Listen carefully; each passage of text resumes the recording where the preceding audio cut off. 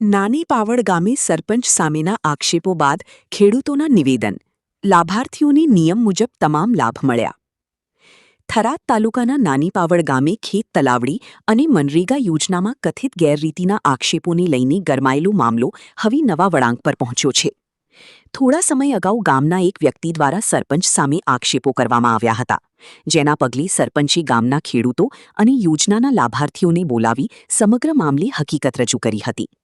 સરપંચ દ્વારા પોતાના પર લગાવવામાં આવેલા આક્ષેપો અંગે ખેડૂતો અને લાભાર્થીઓની માહિતી આપવામાં આવી હતી. ત્યારબાદ ઉપસ્થિત ખેડૂતોએ પોતાના નિવેદનમાં જણાવ્યું હતું કે ખેત તલાવડી તેમજ મનરેગા યોજનાના લાભાર્થીઓને નિયમ મુજબ તમામ પ્રકારના લાભ મળ્યા છે અને તેમને કોઈ પ્રકારની મુશ્કેલી પડી નથી. ખેડૂતોનો વધુમાં આક્ષેપ છે કે સરપંચ સામે આક્ષેપ કરનાર વ્યક્તિ દ્વારા અંગત અદાવતના કારણે સરપંચને બદનામ કરવાનો પ્રયાસ કરવામાં આવી રહ્યો છે, તેમજ આગામી ચૂંટણીને ધ્યાનમાં રાખીને રાજકીય લાભ મેળવવાના ઈરાદાથી આ પ્રકારના આક્ષેપો કરવામાં આવી રહ્યા હોવાનો દાવો પણ ખેડૂતો દ્વારા કરવામાં આવ્યો છે. જો કે સમગ્ર મામલે કોના આક્ષેપો સાચા અને હકીકત શું છે તે સત્તાવાર તપાસ બાદ જ સ્પષ્ટ થશે.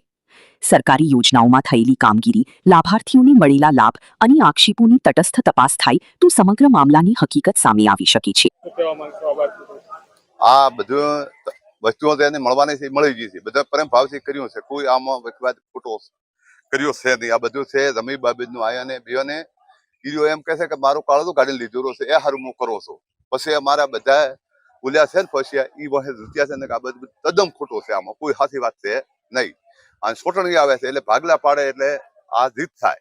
પછી એ પહેલું એમાં સોટણીમાં જીત હારછી એમાં એક બે ધણીને કે મારી નાખ્યો, એકને ગાડી મારી નાખ્યો. આ નો વિખવાદ હૃદયનો વર્ષોથી હેડે છે. હારે આવે તોય મારવા બને, આવું બળે તોય બધાને વિખવાદ કરી આખા ગામને ભગવી નાખવાના ધંધા છે. બીજા કોઈ ધંધા નથી એમાં કળા. તમામ વસ્તુ મારે મળેલી છે. પલટું આ યોને રિવાજ છે અંદરે અંદરનો અને ખોટા આક્ષેપ કરીને ગામને બદનામ કરવાનો ધંધો ખેલે છે. એટલે કોને કોને વિખવાદ કોને છે? વિખવાદ વેદજીભાઈ ને વાઘજીભાઈ ને એને છે દમી બાબતનું આ ગોમનું બસમાં હોદ્દું કર્યું છે ઉભું વાગલે. અને એને આ ચૂંટણી નગરી આવે છે એના અંદર એમ આ બધા ખેલ કરવા એ કોઈ આમાં બાદ છે નહીં.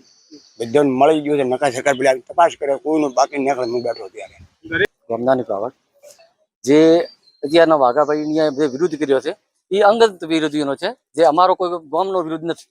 એ દેશજીભાઈ જમીનના પ્રશ્નો લીધે ઝઘડા છે બરાબર છે. એ મને કોઈ ખબર નહીં પડતી. સરપંચને કોઈ આને લેણા દેણા નથી, તો પંચાયતને આ કોઈ ડખા કરવાનું આવતું નથી. જે અહીંયા હોદ વિશે કીધું છે તો હોદ એવું છે કે માસિક આપી દરગાપીને હોદ પલ્યું મળ્યું નથી. તો એ સ્થળ ઉપર હું હાલ ઉભો છું અને અહીંયાના હોદને હાલ પલ્યું કમ્પ્લીટ છે બરાબર. સરકાર શ્રીને વિનંતી કરું છું કે આવા ખોટા જે આક્ષેપો કરતા હોય એનો કેસ આગળ વધવો ન જોઈએ. એમાં સમગ્ર ઘટના કોઈ નથી, ખોટા વિવાદ ઉભા કર્યા છે. હવે વિવાદમાં એવું છે કે અમારે અંદરો અંદર જમીનો ડખો છે અને તે અમારે વાઘજીભાઈ ને છે.